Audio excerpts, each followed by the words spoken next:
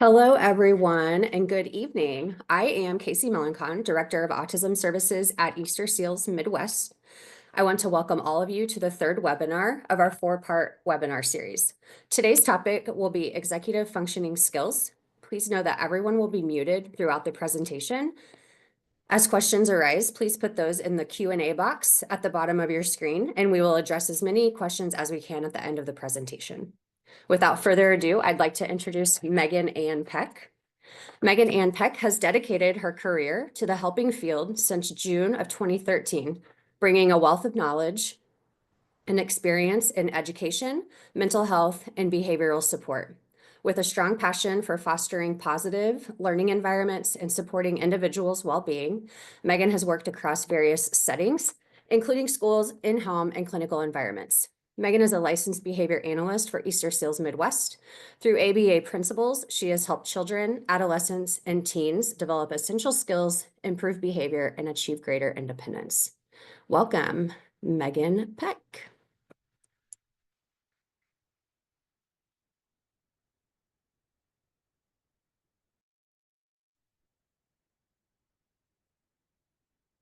Hi, everyone. I'm Megan Peck. I'm going to be going over executive functioning skills. I just want to thank you for being here tonight, and let's just get this started. So when we look at executive skills, they are basically skills that we use in order to perform tasks. And it's something that we all need in our daily living. You can look at it as executive functioning skills in two categories: thinking, which is cognition, and doing, more behavioral. So basically, when we look at all these different things that you see here, we see working memory, we see organization, we also see response inhibition, which deals with impulsivity, attending to a task and staying with it, flexibility. You will see that they kind of all intermingle at different times. So that's why I think executive functioning skills are very important, because they all kind of work together in different ways. So these are basically just a bunch of different goals that help us get things done. So that's the way I think of it as, and it's probably the best way to kind of keep that in your head.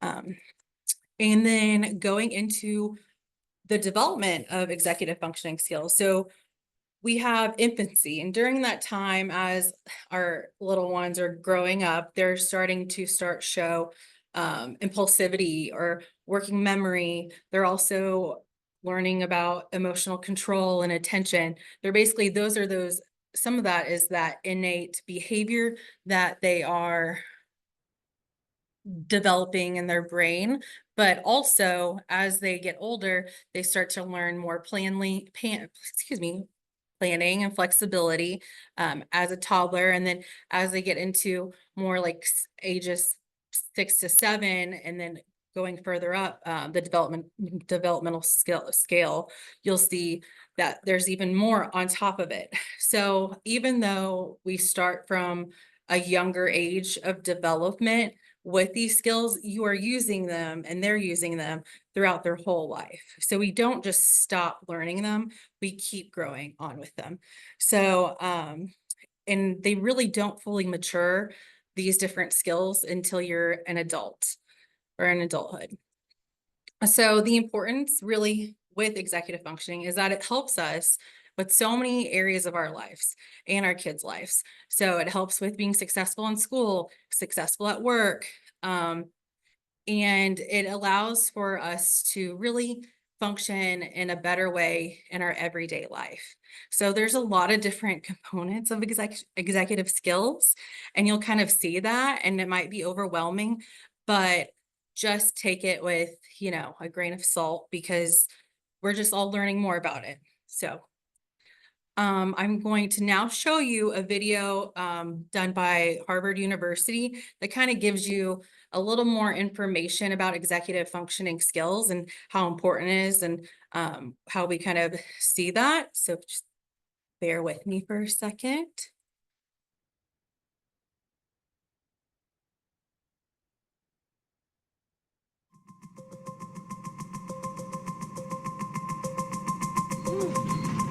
Science tells us that brains, minds, are built, not born.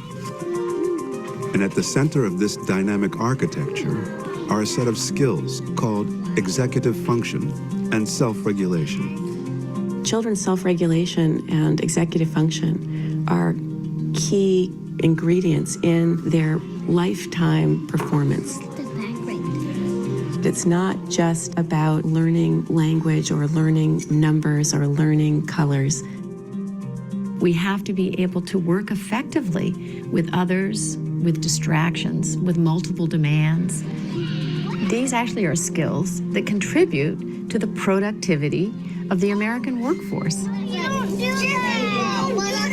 look at your shapes. What should you have done next? Educators, I think, are looking for just this sort of thing. And when we describe what we mean by executive function, they say, yes, that's it. That's exactly, the problem. These kids, they can tell me these rules, but they can't actually use them. What's this? A toolbox. A tool. What is executive function? Safety goggles. Probably the best way to think about it is sort of like an air traffic control system in the brain.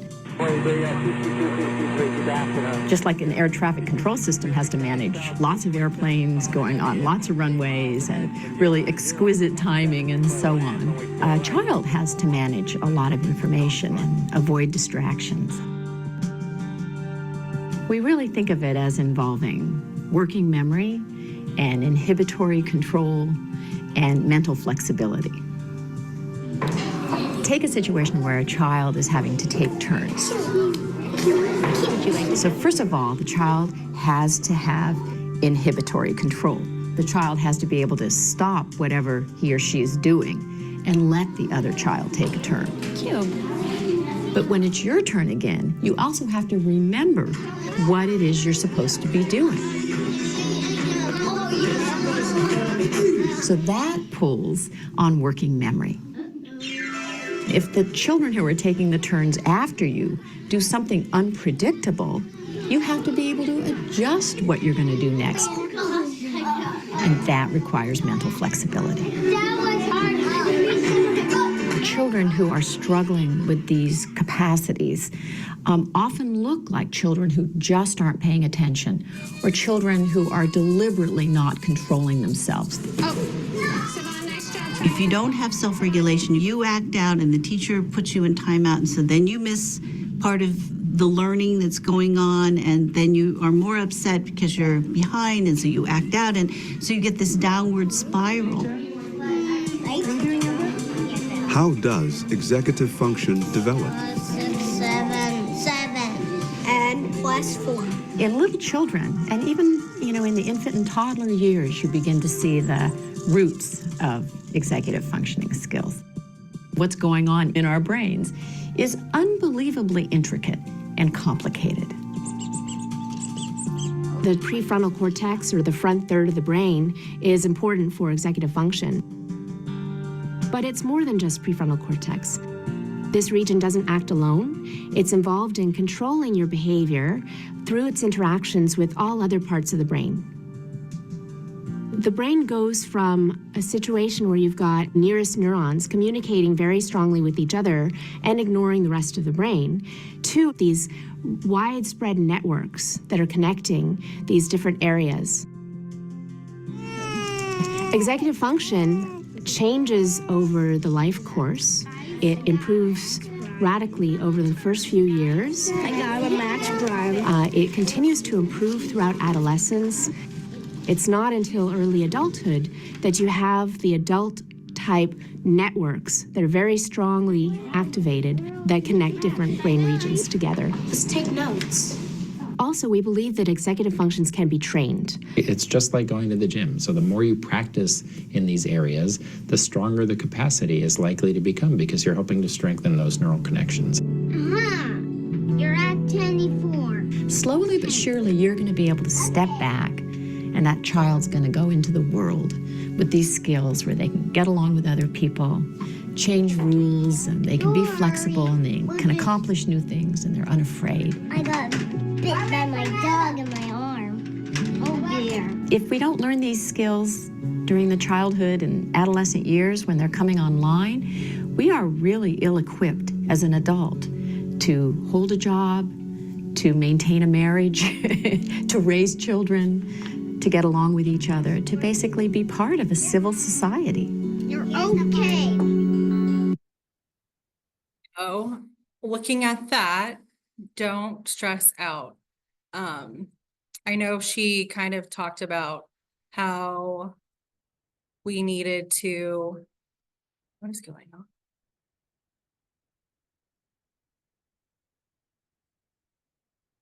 Where she talked about that you, in order to have all these skills and you're working on them during your early adolescence and your adolescence, in order to be an effective adult, you need these skills like prior to that. You can still grow any skill. So it's not just a definite, this is how we do it, and this is when we can learn it. I think it goes back to the example of the gentleman who said, like, look at your brain as a muscle, and we have to exercise this muscle in order for it to grow. So it's only a way, the video was really to kind of help guide and give a better picture of what executive functioning skills, because as you saw, there's a lot of components. So going past, we're not watching that video again. So going further, what does executive functioning skills do? It helps with paying attention. It helps with handling changes in routine.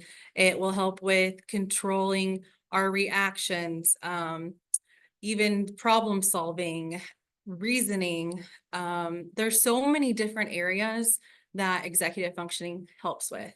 And so that's why I'm going to go over and kind of break some down to make it more friendlier, I would say. So going forward, so a big thing I would say with parents, with anyone really, is consider things when it comes to your child. Do you see that your child's losing things a lot? Are you feeling like you're often, like you're having to explain how to do a task so many times? Do they have trouble concentrating? Can your child help plan ahead for activities? Do they get upset with change? Does your child interrupt others like a lot? Do you spend just a lot of time with helping them with their homework? And, I think that these are just things to think of, but these are not just like concrete, the only things. Sometimes you'll start seeing other symptoms that you're like, oh, that seems very typical, because a lot of things are typical with our younger kids. I mean, I'm sure some of you have experienced where it feels like your child is just kind of running all around the place. So these are just thoughts to keep in mind. Now on the flip side, also, well, not on the flip side, continuing with the other slide, are they struggling with, staying on task? Do they struggle the awareness of personal safety? You'll hear me talk about impulsivity a lot, where it's just they do, but they didn't think. Maybe it's just something that it feels like when they're given information, they seem to just become overwhelmed, escalated, or they start to shut down, and they're like, not going to do that. Do they tend to make careless errors? Some of the stuff too, you can think about in even your daily life when it comes to making careless errors. Like, we keep seeing that as a trend. I think that a lot of what we'll talk about is very valuable to not just children, but also to adults and ourselves. So the first section is about thinking, cognition, that you saw previously. And so working memory is a big deal.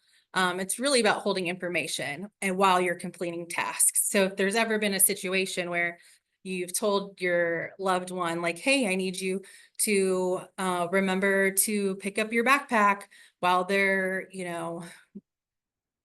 playing with something, and then they forget to pick up their backpack. So recognizing, are these the like just typical things, or are they just engaging in it a lot more than usual? So examples of having a pretty good working memory would be the ones below about following multi-step directions, remembering certain things that are on your list, and even looking at a phone number and remembering it while you dial it, which I am very guilty of doing that, or door dashing and forgetting to like hit send. So these are just different things that I feel like we kind of do encounter without realizing it, even as adults.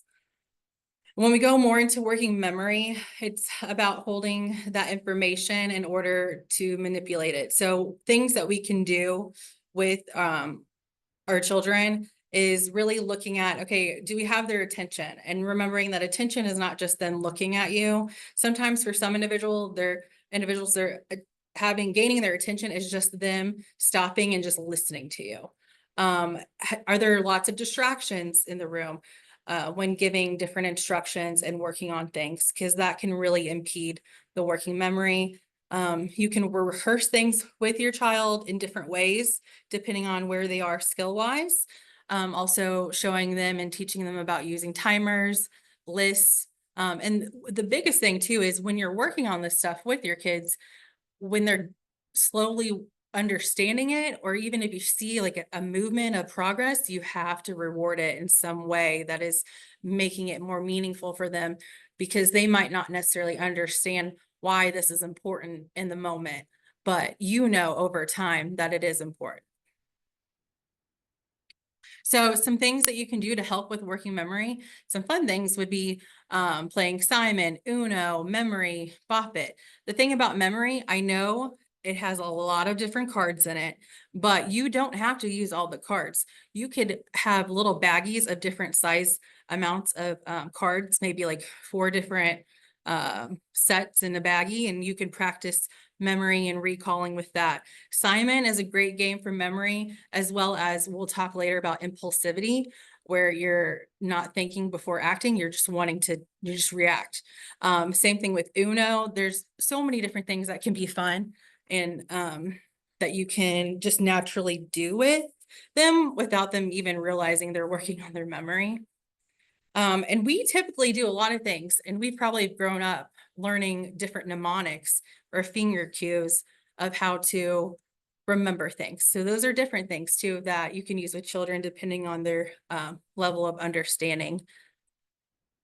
Another area of executive functioning is planning and prioritization. So thinking of it as a roadmap. It's a roadmap that we are using to get where we need to be. And if you examples of planning and prioritization are cooking a meal, getting ready for a party, setting out for a big purchase, building like a large building blocks of lots of Legos, maybe a castle. It could really be anything that you're trying to plan and do. I think don't let the examples limit your thinking on planning and prioritization, because I think the thing about presenting alone is that it might not feel like it fits you, but you can always twist things to work for you. The biggest way to help with planning and prioritization is to model. If you have kids, I'm sure you know that they are always watching you. You know, they are like, they'll show you they know something new and you didn't even realize they knew how to do that. But the way they learned was probably from watching. I've met kids who have learned how to open up, the garage door opener because they've seen it, or, they've seen their parents put their codes in on their phone so many times that they don't even know the numbers. They just know the pattern of it. So a lot of things you can do by modeling and planning. And so as you're reading this, really just kind of think of the questions that you can work on when you're talking to your children. And even so, if you have certain children who you're like, well, my child doesn't talk, they have other systems. Well, the biggest thing you can do is still label. Oh, what needs to be done first? Let's see. What do you think is the most important? Just kind of you know your kid the best. So figuring out what works for them and you guys is what's going to matter most importantly. Organization, it's just the ability to keep track of info and things, but it's one of the most toughest things. I think that I've been in a lot of parent households, my own household, my desk at my office. I am not the most organized person. I struggle with that. But there's many things that you can do. Like in this little picture, you'll see the individual. she's saying, where did I put my glasses? Well, she has so many sets of glasses because she's probably lost them. And so, and I know we've all met that person, and I know I'm that person. So we see that in this picture, she has them quite everywhere available to her. So just think about, we're going to go into more about like what are some strategies to use to help with organization. So going further, developing a system. What items are needing to make, what are you needing to make things easier to organize? Simple is always better. Modeling, directing, and supervising, as in like you're watching, you're showing them how to do it. You're guiding them. Oh, it's your turn. You put that in the bucket. And then really just making sure that you are giving that praise, that reward, whatever it is that you know that really is just going to light up their world. So in this picture, you can see that they organize things with names. Well, for some individuals, this might not work. You can put pictures of the items in there. And so that way, like if you're starting off younger and you're like, I want them to start learning and start getting used to putting their toys away and knowing where it is. So maybe it's a matter of doing one thing at a time where it's like, hey, they put the cars away. They always know where the cars go. They always know where this item goes, and labeling with visuals. So these are some more examples where I know that a lot of situations, parents put a lot of money in a lot of toys. And so it's nice to have things put back in a certain way. And it's a really good skill for all of us to put things where they belong so then you can find them later. And so even with the taping over here, you can see that that could even just be for right now until they learn that's where it goes. And then you can remove the tape. So certain things that you do to help modify the environment, they don't have to be forever things. Or if they are, that's okay too, because you have to figure out what works for your child and what works for you. So another great example, I think, is those clothes can get really overwhelming and jam-packed. And so even if they learn to put, okay, they're not even folded, but they're learning to put them where they need to go because they have a picture, they have a setup. That can be very helpful with organization. And you can always build on steps. So starting small is just always something that I always recommend to parents, because you can't just have if you're changing someone's behavior in some capacity, trying to expect them to accomplish something that is so much is going to cause so much effort. And that's going to be very stressful for both parties that are in that situation. So always start small. Here are some more examples. These look like they're more related to school, but that doesn't necessarily mean that ones can't be made for the household, whether it be with chores or cleaning. So these are just more like lists that can be checked off, marked through, that can be helpful. And this one you can see has very few visuals, while these have exactly like what you need. So it's not limited to just school. You can also do this in the house or whatever setting that you're going into. So our next area is time management, which is estimating how much time you have to complete a task and where your time is spent. And so this can be a really hard one for individuals. So I think of this as more of the teenage years, because I think teenagers tend to overestimate their time or underestimate their time. And even if you reflect on your time management, I'm sure there's probably someone that feels that okay, yes, I overestimate how much time I have.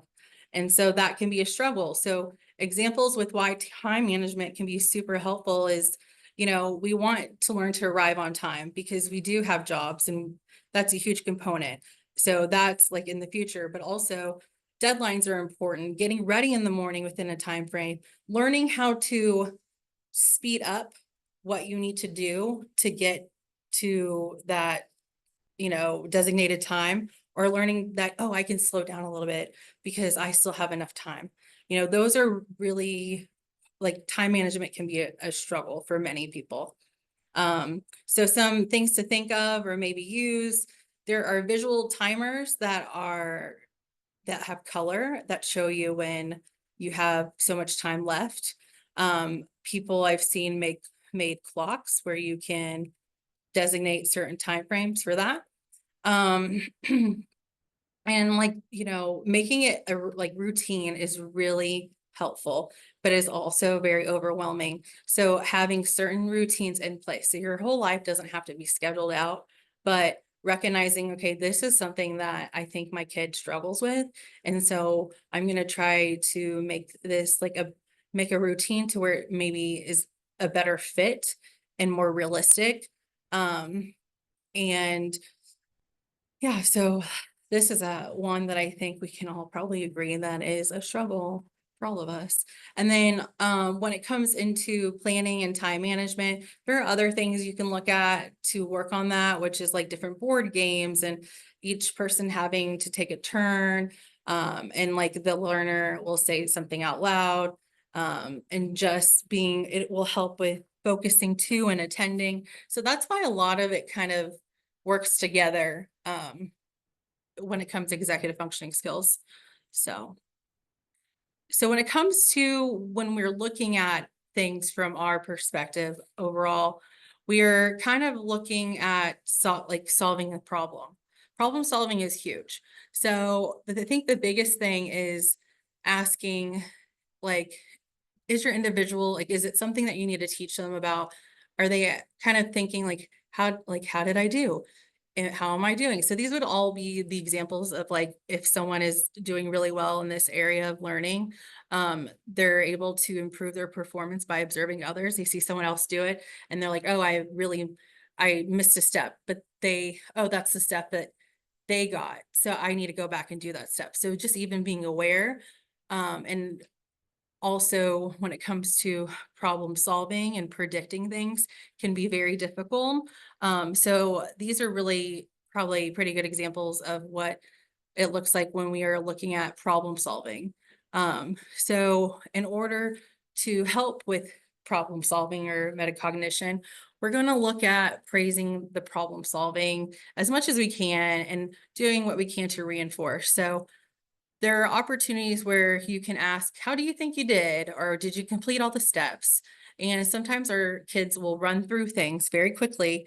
And so looking at, do they tend to run through things really quickly? Did they complete all the steps? And even getting their feedback if they did well or what they want to do better next time. Modeling, again, is a huge area that is helpful in learning because you can model your own situations with just real life stuff. Like you're about to make mac and cheese and you looked in the cupboard or you looked in the fridge and you don't have the milk or you don't have the noodles.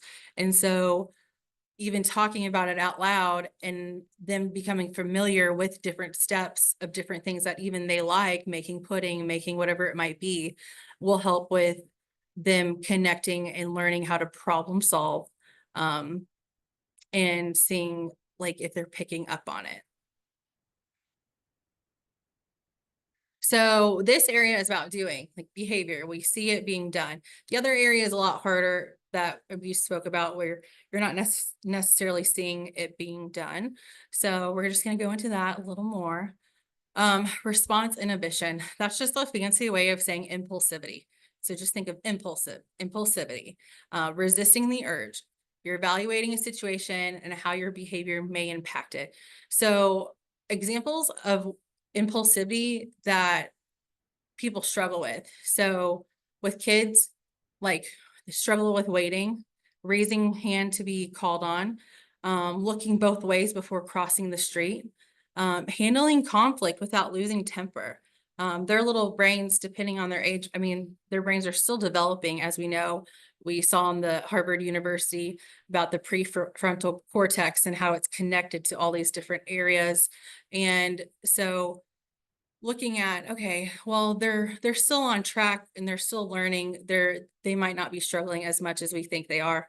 Or do they struggle with saying no when you have other plans that you're needing to accomplish or get done? So this is very important in many ways because we'll go more into it. Helping your child by setting rules, reducing temptations and creating routines can be very helpful with impulsivity. Children don't learn to develop a stronger response inhibition until they're 7 years old or older. So I do think it's really unrealistic to think that like a 3-year-old, a 4-year-old is not going to just like take off, especially when they're at the park and they see something like a pretty butterfly. I don't know. And so I think the biggest thing is just being aware and seeing if it is such a pervasive behavior that you're seeing that becomes more dangerous.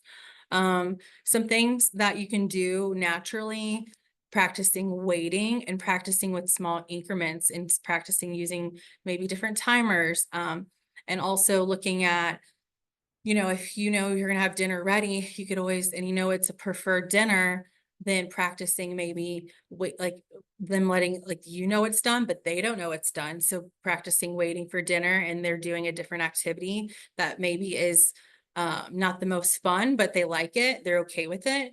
And so then you can then be like, okay, now it's time for dinner after so much time. So I think that it's really important to always start off small because you don't want to start off too big.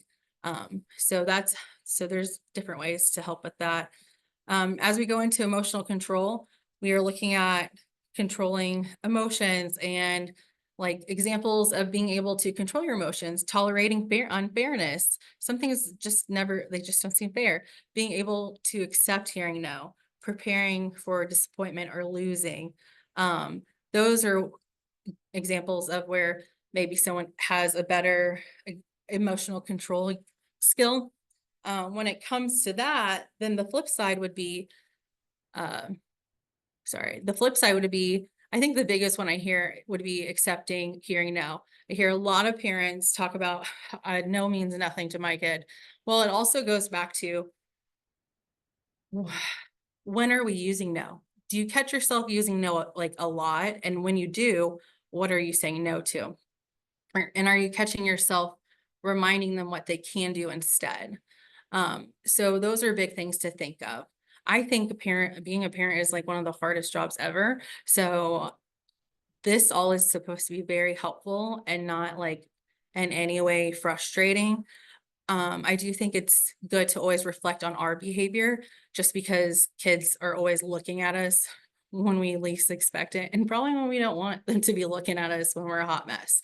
So going into what we can do with emotional control, building routines to keep consistency and managing different stimulation. So they're not overstimulated, making a plan for if you know that they tend to get more frustrated when certain things occur, practicing different coping strategies. So the biggest thing with coping strategies, breathing strategies, is we always want to practice them outside the situation when they are calm.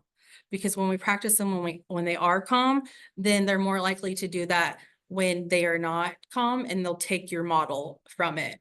So that's a big thing to do. Rehearsing with your child with what the expectation is, and just looking at what would fit them specifically. So how you can work on that with them.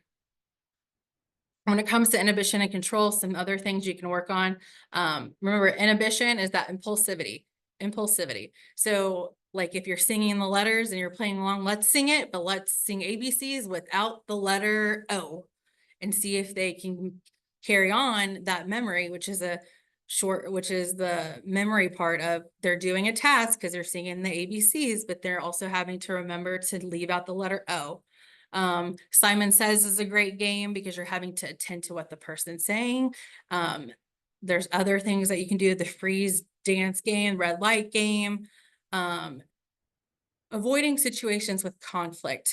Sometimes that is helpful at the beginning. And then there are times where they're going to get into situations with conflict, but I think most of it is trying to not get into a power struggle with them, especially when they are engaging in something that's impulsive or they are emotionally just, their prefrontal cortex is kind of shut down because they're so escalated that it's not going to necessarily help getting into a conflict. So sustained attention. when it comes to sustained attention, this is something that I feel like I struggle with.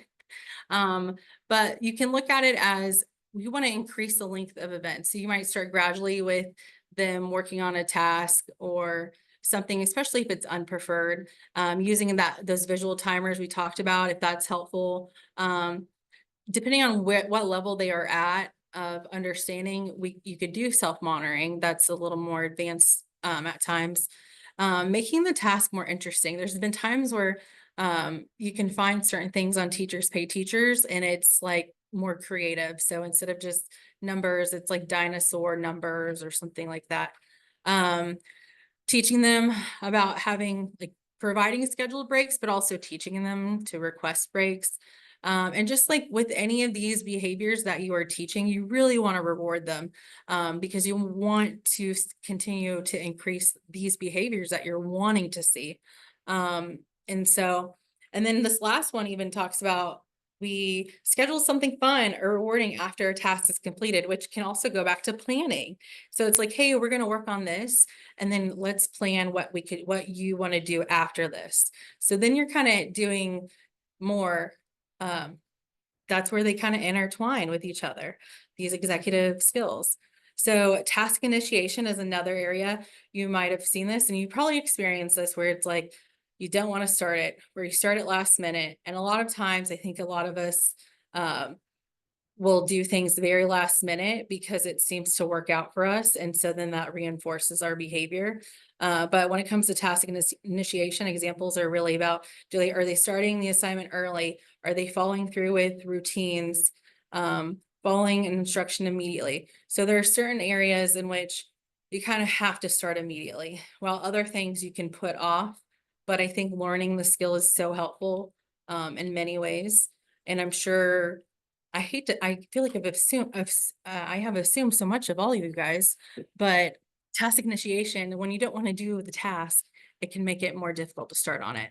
So sometimes it's about providing prompts to start a task, and then looking at, okay, maybe setting up a timer, working on things that are smaller, making a plan on how and when to accomplish the task, and just looking at, why is it they're not initiating the task?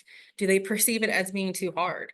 Do they not know the steps like you think they know? Because a lot of times we'll have it where kids can tell us everything. They can tell you exactly how to do something, but that doesn't mean they can show you. I can tell you how to ride a bike, but maybe I don't know how to ride a bike. I do. I think I still do, but those are just things to think of. When it comes to goal-directed persistence, this kind of goes back to that task initiation when something becomes too hard. So having a goal and following through with it until it's completed. So examples of that would be asking for help, trying multiple times if it doesn't first work, sticking with something for as long as you signed up for it, doing things that are difficult and boring just because you need to, because that's how it is sometimes to meet a goal. So you might start off with something that is more preferred or blend something that's hard with anything that might be preferred. But then over time, you'll have to look at, okay, there's certain things we can't necessarily do that with. So we're just going to start slow and work our way up. Having a goal and following through until it's completed. So like I said, starting small and starting young, little puzzles, shape sorters, Mr. Potato Head, cleaning up. So these are more like close-ended things that you can think of that you can do. So that is the biggest thing, is looking at what is something that's close-ended that's like, am I going to sit there and do a 50-piece puzzle? Probably not. If they struggle with, maybe they like puzzles, but maybe 50 pieces is too much. And why do we need to do 50 pieces? So maybe just do a couple, but working on something and ending it, like finishing it, providing smaller rewards throughout it so you can continue with them persevering and going through with it. And then scheduling something fun or motivating afterwards, which goes back to like that, that reward system of, we want to make it valuable to them because it might not be. Another thing I recently have learned about too is looking at telling our kids like, you can do hard things, and you just did something hard. And then this was harder and you can do that, because a lot of kids get stuck on being told like they're smart. So if they're not able to do it, they're like, well, I'm not smart. I'm not smart anymore. But that's not the case. It's just that, right? Like we need to focus more on you recognizing you can do hard things, and we can continue to do hard things, and, praising and rewarding when those accomplishments have occurred. So flexibility and shifting. So these are really one of the things where it's adapting to change in situations. So it means the same thing, flexibility and shifting. So it's like going to one thing to another thing. Examples, change in plans or schedule, like, oh, we were planning to go to a movie theater, but now the movie theater is, the tickets are all sold out, so now we can't go. So learning like, okay, that's not the end of the world. It feels like it, but there's another option that we can try to figure out. And then, looking at, are they able to move from disappointments and changes? Another thing to look at is a way to work on that is providing a prediction of changes when possible. Like sometimes like we plan on doing things, but sometimes it doesn't work out because we know today it's going to rain. So we might not get to be outside all day. So just letting you know, and then if it rains, we'll have to come back inside, things like that. And practicing handling changes in routine and starting off slow. If you're able to give choices, giving choices in different situations. A lot of people use social stories to kind of give a better idea of what to expect, especially if it's very unfamiliar. And then that way they can, and social story would be just to make up a story related to what you're about to do. So if someone is going to a huge firework display and that loud sounds can kind of bother them, but they have never been to a fireworks, like a loud firework display thing, then you might make a story of what it's like going to the firework display and what we can do when these things happen, and what to expect. Practicing those coping strategies outside the situation when they are calm, so then you can prompt them when they're needing it, and then eventually not have to prompt them. I think that reward and praise flexibility is very important. We have to be able to shift from one thing to the next. We see it in schools, we do it at work. Sometimes things happen and you have to like pick up someone else's, slack, or somebody has an event that happens and you need to be helpful. And so you have to go from one thing and switch your mind back to something else and then even come back to it. So these are very important skills to think about and look at. So this is another video I'm going to show you. And you might have already seen it, honestly. I thought it was a great video because it really talks about a lot of the things that we've gone over. So I'm going to try to, where is it? Oh, here it is. So I think this is a pretty good video because it kind of goes over a lot of things we have talked about, like initiation, problem solving. So we're just it's a short video, so we'll just go ahead and watch it. So how do I start? What do you think? I don't know. Mom usually tells me what to do. Join the club. I'm kidding. I love your mom. We are going to try a new approach this time. Now, your goal is to create a display about the life and art of Van Gogh, right? Yeah. Okay. Got your poster board right here. So, pretend you're telling the story of his life to someone who has never heard of him. What do you put on that board? I see the wheels spinning. The spark of How did they get the lead and pencils? Okay, let's try to stay on topic. All right, this is all you need to know right here. Apparently the pencil's in two pieces and they glue them together around the lead. What if we put all the stuff about his life on this side and all the stuff about his paintings on this side? Luke, buddy, that's fantastic. And the best part is you came up with that by yourself. All it took was a little bit of focus. And this thing is really loose. I'm gonna go grab a screwdriver, but you run with this. On your mark, get set, Van Gogh. Hey, Dad, kind of looks like Uncle Mitchell. If Uncle Mitchell were insane.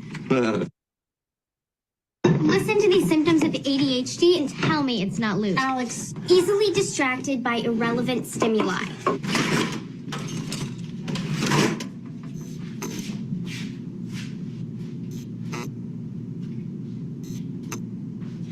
often impulsively abandons one task for another.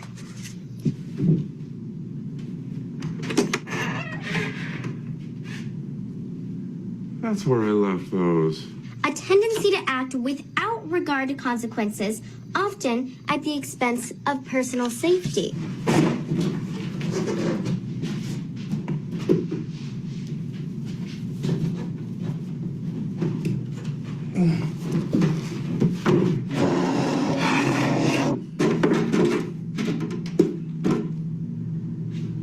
Having accidents. Okay, you know more what? I often- think that's enough, Alex. We've got it.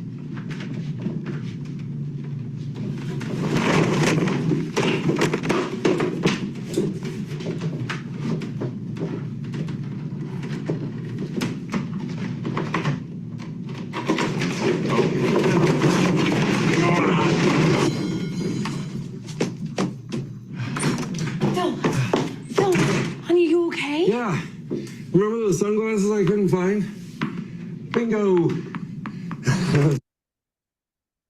So that video kind of gave you another like insight of, you saw that the son was struggling with different, where did I go? Different things. Okay.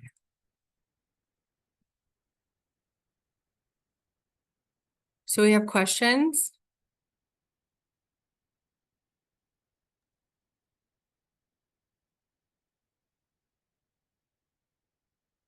Hello, Hi. everyone. All right, let me pull these up. We have some really great questions in here, Meg. The first one is, will a child with an ADHD diagnosis ever be able to learn how to control their inhibitions? I can't say, I mean, I think it's something that you can continuously work on. I can't give you a definite answer to that.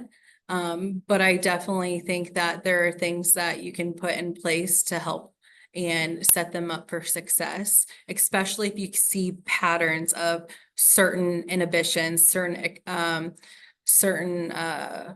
impulsivities. So I hope that answered the question. No, it does. It does. This one is a little bit longer, but it's kind of explaining a situation. So I am struggling with executive skills in my 17-year-old. I feel like she loses and or forgets everything. It's like she doesn't want to use a timer, which I taught her to use years ago. She resists list making strategies too. And as her counselor, nor I can get her to understand procrastination is catching up to her. She's missed several deadlines for hefty scholarships and has lost important cards from people in positions at the colleges. I worry for her at college. While your presentation has lots of great tips for parents of younger children, what do you think I can do for a 17-year-old? I would say that buy-in.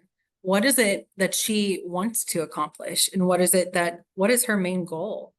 And are those her goals still? Like, is she still wanting to go to college?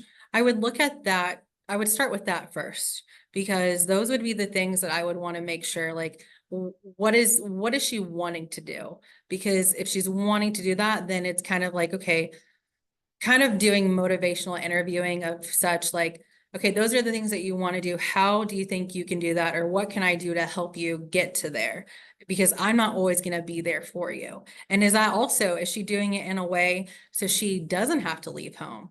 Like, is that like, there's way more questions to ask, and I don't know if I'll be able to answer them, and maybe you've already questioned those, maybe you've used those questions already. But I mean, really, that's the most that I could do right now with giving you any kind of feedback, would be to circle back around and see if those are the things that she still wants to do, and how is she going to accomplish those. So. Absolutely. That's a really great starting point. Another one that we got was, how can I teach my child to control their emotions for new or unexpected events? If you have a history of certain events that you are like, I can think back and I remember when they did this, then probably you're going to have to set them up for similar things like that and practice the ones that they've already experienced, and see if that is something that they will still experience. It's going to be like, it's always going to be tough. It's always going to be harder before it gets better. And then also looking at what kind of coping strategies are they learning? What kind of ones do they have in their toolbox now? And do they know how to use them? And if they're not using them, but they can tell you how to use them, then practicing using them and like really figuring out how we can reinforce using those skills, because that's a big deal. You can, like I said earlier, you can, I think you can tell someone you know how to swim, but then if they ask you to show them and you don't know how to do it, you don't necessarily have the skill. So. My child is a teenager with autism and has difficulty staying on task at school. Is there anything that could help him do better? I definitely would look at what tasks he's having difficulty at. Are they tasks that he finds boring, ones that he's not interested in? Are there ones that he prefers? And I would look at the time of day. What kind of learner is he? Does he do better in the morning compared to the afternoon, compared to like midday? Does he need something while he's on task, while he's like, a snack sometimes, or fidget? Like what does that look like during his time frame? Because I wish I could give you guys all the answers, and I wish I had a wand to help. But those are the things that I've always looked at when I went to schools was, okay, is this too easy for the kid? Is it something that they don't even like? Is there something after this that they're going to that they want to go to? Is there something before this that they loved, but then now they have to do this task and now they're just like over it all? So I don't know if that's helpful, but it is kind of hard to answer some of the questions without knowing the child or the teenager yeah, specifically. and I don't want to, what can I do to get my child to understand how other people feel? Sometimes she hurts their feelings, but doesn't understand that she's doing that. So is there any ideas of where I could start so I could help her? So she understands what emotions and feelings are. I'm assuming if she doesn't, then that would be the first thing. I know video modeling could be very helpful in looking at talking about, that person, they fell, that how do you think they feel? They fell and they're crying right now. Does that look like they're happy, or does that look like they're sad? I'm trying to look back at what the question was, because sometimes I forget what I'm being asked. So it was about whether or not, like, how they could, what was it? I'm so Excuse me. sorry. No, you're fine. Staying on task. Yeah, I struggle with that. So yeah, I would look at do they understand emotions and feelings? And if they do, are they able to then identify emotions and feelings with other people? And then there are some things in, I believe, Social Savvy that talk about that. It's like a book that goes over that, a lot of different areas. So I really like the idea of that video modeling though, because I think a lot of people, even us, sometimes we don't realize if we're hurting somebody else's feelings. And then yeah, just like I use that clip from Modern Family, you might be able to, I don't know what age they are, but might be able to look and see other clips online, or Teachers Pay Teachers usually has a lot of different things. So. Do you have any ideas on how you can teach like a 5-year-old child how to share better with their younger sibling? I think it's a matter of looking at, what skills they have right now. Are they able to or the 5-year-old, he or she able to like parallel play next to their younger brother without it becoming an issue? Like what are you seeing when they are when it's time to share? There's a lot of different opinions on sharing, and sometimes it could be just a matter of trading. So especially if, say, the 5-year-old sees the younger brother coming along and they start like hoarding all the toys, that's already a signal for them to be like, I am not giving up these toys. But maybe it's a matter of having certain toys that they feel like they don't like, that they can share with the younger brother, and starting off small and reinforcing what that looks like, just releasing the toy to the younger brother with certain toys, but not maybe not their highly preferred, like working up to that. So maybe toys that are not super preferred to them that they can then like give to their younger brother. And then seeing how that goes. Great idea. Do you feel like a child should help with putting together visual schedules? They totally can if they have the capacity. If it becomes overwhelming, then that probably won't be the best way. It's also a matter of, do you think that what kind of visuals are you wanting to do? Are you wanting to do like actual pictures of things? Because then they might actually enjoy taking pictures of things that they know they're gonna encounter, but then they also might see that as work. So I think it's a matter of looking at what their preferences are, if they want to be a helper and they want to take pictures of things around your house, if you're putting, or whatever it might be, or looking for things online. But then if you see it as being more work for them, then that might not be the case. Because then when they start seeing the pictures come out, they might be like, I'm not doing that, because it's too much effort. So That's a great point. You got to make things fun to keep the kiddos engaged. being a parent is hard. Like kudos Being a to all you parent is guys. very hard. Excuse me. I'm working with a family and they have concerns because their child is always negative towards other people. How can this family help their child to overcome all of the negativity she has toward her siblings and others? Well, I think that negativity towards others that's a broad term. I don't know exactly what that means for that individual, but it sounds like if they're negative in a maybe vocal way, maybe it's a matter of looking at what things they do like with their siblings, like starting with the family inside out. Like, what is it they like with their parents? What is it they like about their siblings? And then looking at even more positive, like things that they prefer to do, and they get to lead it a little more. And it sounds like there might be some repairing that needs to be done. I just can't really give you a lot of information because it's, I don't want to say it's vague, but I just don't want to also send you down the wrong path. So.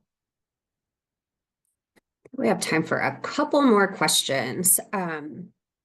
So video modeling, this is actually a really great question. Is this something that we can make for our own kids, or can they find videos like this that they could share with their child? No, you can always make videos like not you, like you.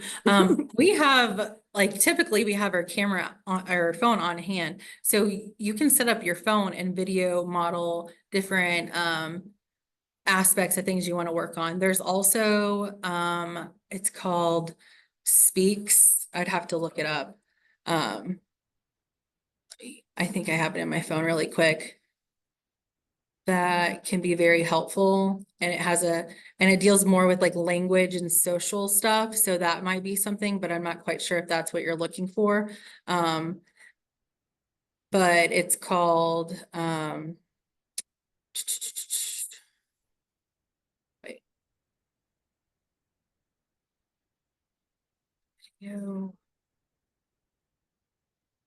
I know we've found it pretty easy to just pull out, like you said, your phone and the camera and just, I can't find the record and link, then but I would need more reprocess that. information. There's definitely things that parents and I've done to I've taught kids how to work out by video, like recording their parents and narrating and then putting it on a PowerPoint, which sounds like a lot, but when you get to it, you can video almost anything at this point. So. And then I would just do some research, and I don't know if there's a way to share links and stuff here through this, so. Because I don't have any available.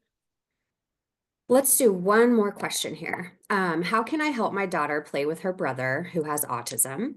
Understand his version of play is not the same as hers. He wants to be with her often and wants to play with her, but struggles emotionally after a while. She gets very frustrated with this. Do you have any advice?